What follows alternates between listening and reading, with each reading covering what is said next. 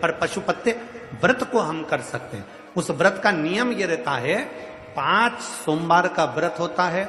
आज के जमाने में तो महाराज उस पशुपति व्रत को भी इतना लंबा चौड़ा बता दिए। एक दिन पहले नहाओ तो वहां जाओ, तो नदी नहाने जाओ, तो वहां से ये लाओ, तो वो करो, तो ऐसा ढोंग प्रपंच से भगवान कभी प्रसन्न नहीं हुआ। फिर याद रख लो, पशुपति व्रत का जो वर्णन है सीधा सीधा 5 सोमवार का व्रत होता है। जिस मंदिर में पहला सोमवार करोगे उसी मंदिर में 5 सोमवार करना। तुम्हें कहीं जाना पड़ जाए किसी सोमवार को तो व्रत को छोड़ दो, आना फिर वापिस करना, तो वो 5 गिनती में लेना। जो छोड़ दिया वो गिनती में नहीं आए, फिर अगला व्रत गिनती में आ जाएगा। रजस्वला धर्म आ गया, रजो धर्म आ गया, 7 दिन 5 दिन घर में नहीं काम करना है, व्रत मत करो, अगला व्रत कर लेना, पर गिनाएंगे 5। जैसे पहला व्रत कर लिया, दूसरा व्रत कर लिया, तीसरे व्रत में कहीं जाना पड़ गया या रजस्वला धर्म आ गया या कहीं जाना पड़ा, तुम नहीं कर पाए, तो वो तीसरा व्रत छोड़ दो, फिर वापिस आओ, जब तीसरा व्रत करो, फिर तीसरा व्रत हुआ, फिर चौथा, फिर 5वां। प्रत्येक व्रत में पूजा की थाली लगाइए भगवान शंकर की, जल लीजिए, शिव जी के मंदिर जाओ, शंकर जी का पूजा अर्चना सुबह कर दो। पूजा ना अर्चना कर कर जो पूजा की थाली है वो वापिस घर पर लाकर उसको ढाक कर रख दो।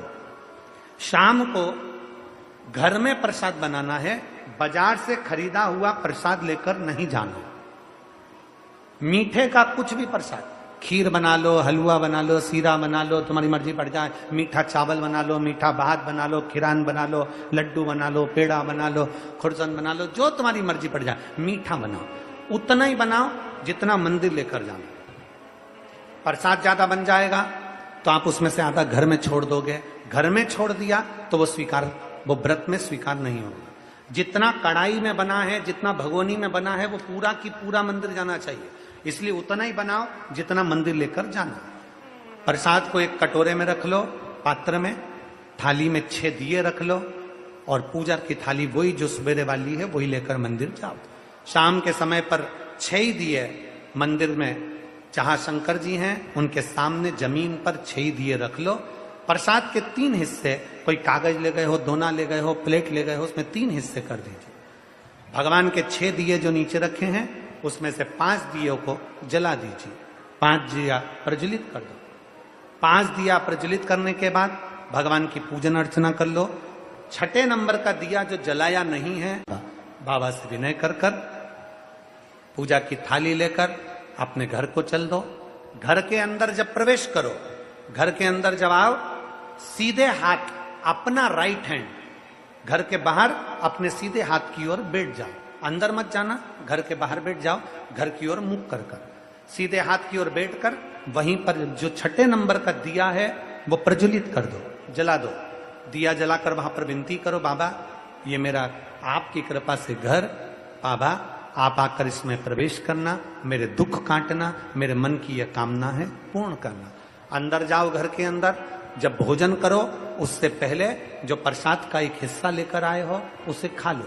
अपने प्रसाद के हिस्से में से कोई बच्चों को, कोई पति को, कोई बूढ़ों को, कोई किसी को भी उस प्रसाद के हिस्से में से मत दो। वो प्रसाद केवल तुम्हें खाना है, उसके बाद भोजन करना। जो भी आप भोजन करते हैं वो भोजन ग्रहण करें। इसी तरह से 5 व्रत पूर्ण करना है। 5वां सोमवार का व्रत होगा।